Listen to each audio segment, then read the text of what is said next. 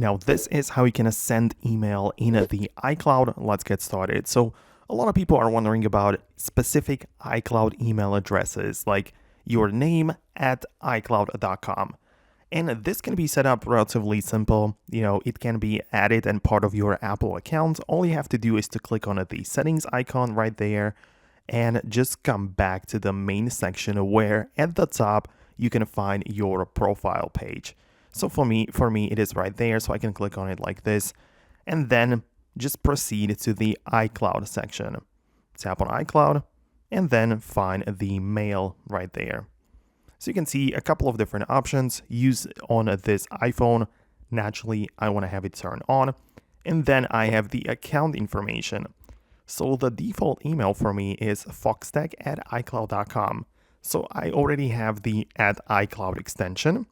But if I click on the addresses, you can see that I can just start it like that. So if you don't have it, you will have the ability to just click on start and create your custom @iCloud account. So you can even click on your option right there and you can just start something new like this.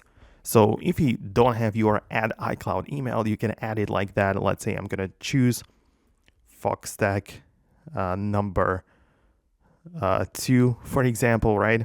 And then I'm going to have the full name right there, some label optional, and I can just create it like that. And I'm going to have another @iCloud email address.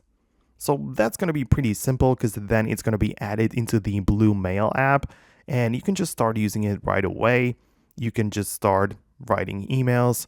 You can see I have my inboxes in here and everything. So you can see I'm writing a message from Foxtecc at iCloud.com. So it just works well. That's how you can create your custom iCloud email address.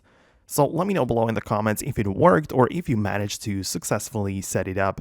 Thanks a lot for watching, and I'm gonna catch you in the future tutorials. Make sure you subscribe, and I'll see you later.